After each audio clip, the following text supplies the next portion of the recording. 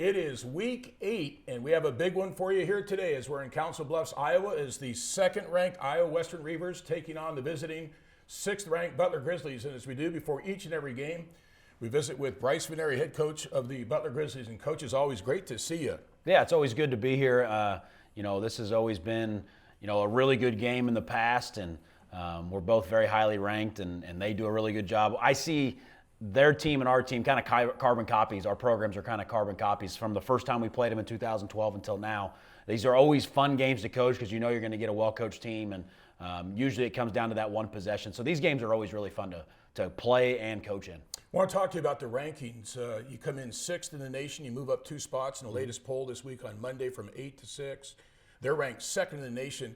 For you, I think it's a pretty good spot to be. Do you feel like your team is peaking at the right time as you come down the home stretch of the season? Yeah, that's what we talked about at our team meeting the other day was, you never want to peak in week 1 or week 2, and you just want to slowly get better and better each week. And I think we're slowly doing that. Our kids are really bought into what we're doing scheme-wise, program-wise, and really taking ownership of that. So I think we are peaking at the right time. We're playing really good football, and like I told our kids the other day at practice, is we're going to go out there with a lot of confidence that we know what we're doing. And I think that's half the battle sometimes, is just having that confidence when you get on the field to know that, hey, I might make a mistake here, but I'm going to do something good here, and balancing that out with what happens in between. But, yeah, both teams are playing with a lot of confidence, and it should be a really good game today.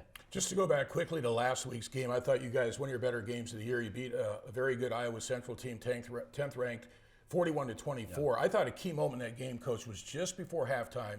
They score a touchdown with 1:16 to go to tie the game. They have a personal foul, which makes them kick off, I think, from their own 15-yard line.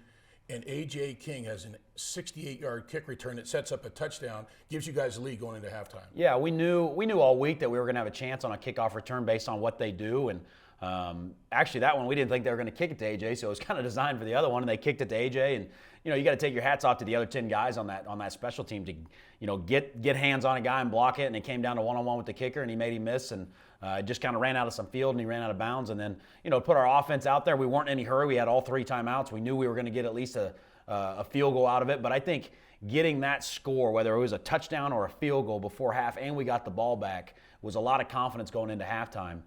Just so happened that we were able to sneak Chaz out on a little vertical route, and Jake made a good throw, and Chaz got it across the goal line. And then you go into halftime up a touchdown, and we get the ball back, and we get a field goal. All of a sudden, it's a 10-point swing, and kind of relieves your kids a little bit. You play in a game back and forth, touchdown, field goal, and it stays tied. Some people tend to press a little bit. Now you get that little cushion.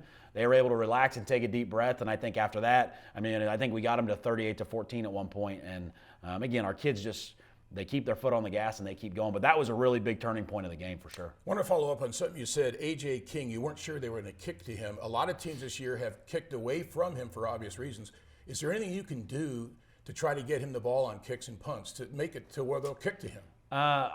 You can either just put him back there by himself, but then they kick it away, and now the ball's on the ground. So I got a lot of faith in Caleb Brown, who's back there as well. So I don't think, no matter who they kick it to, I think our scheme up front of what our kids are doing, or they're doing a really good job. And, even if A.J. doesn't get it, he's going to go block a guy for Caleb. And that team's been a really good weapon for us this year. So, again, I just see getting the ball in our guys' hands and letting them make plays.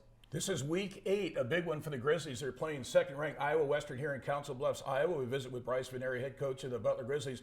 And staying on the topic of A.J. King, he's in the running for the Walter Jones Award. Currently leads the nation in passing yardage per game, receptions, and also total yardage, all-purpose yardage. Yeah. What a season he's having. Yeah, he's having a great year. And if anybody knows A.J. is about a 5-word person. He knows where he's supposed to be.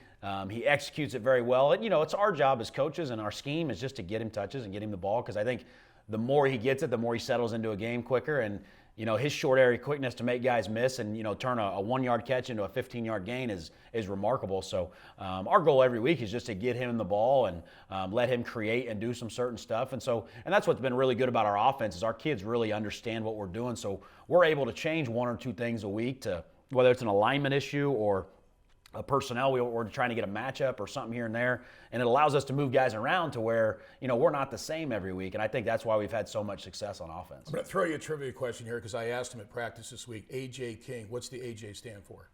Alexander. Alexander what? John. Jacob. Oh, I knew it was Alexander. There you go. Hey, you're going to be facing a defense you have not faced the likes this year. Incredible numbers for Iowa Western. They're giving up 4.7 points a game. Let me repeat that, 4.7 points per game. They only give up 39 yards a game rushing on the ground to opponents. Yeah, no, they are, and they run a really good scheme. They've got really good players, but as we sat there in our offensive meeting on Monday and Tuesday, and we're sitting there and we're looking, and you try and figure out what's going to work here and there, and then finally Nate and I locked eyes and said, let's just go be us. Let's go run what we run. Let's go be who we are. Our kids are playing with a lot of confidence. Let's let them change for us and not us change for them. And I think that's what our kids have done a really good job of this week. And we're going to find out how bad they want to tackle guys, and we're going to leave some guys unblocked, and we're going to have some one-on-one matchups, and we're going to go fast, and we're going to go slow, and we got all kinds of stuff. But I knew going into this game we didn't want to put so much pressure on, hey, here's a new play, let's just go be who we are on both sides of the ball and on special teams and just go play Butler football. Seems to me it's a classic example of a top offense, Butler, against a top defense, Iowa Western. Yeah, that's typically what it's been the last couple years. And, I think the last time we played them, we had just shy of 300 yards when we played them in 2019. Now, we had some injuries in that game, and it was at the end of the year. But I think the point we're at right now, we're healthy, we're moving forward, and we're at the point of the season where I think we're playing our best football. And as I told our team, we're about to go play a really good team, but they're about to play a really good team as well. So I'm excited to see how our kids respond to the challenge and go up there and play our butts off. Finally, I'd like to ask you keys to a victory, and I mentioned this, you always ask me about, do you have numbers for me in this segment? And Butler is 0-5 against Iowa Western in the state of Iowa. They're 2-1. You guys are 2-1 against them here in El Dorado. What's it going to take to get a win in Iowa?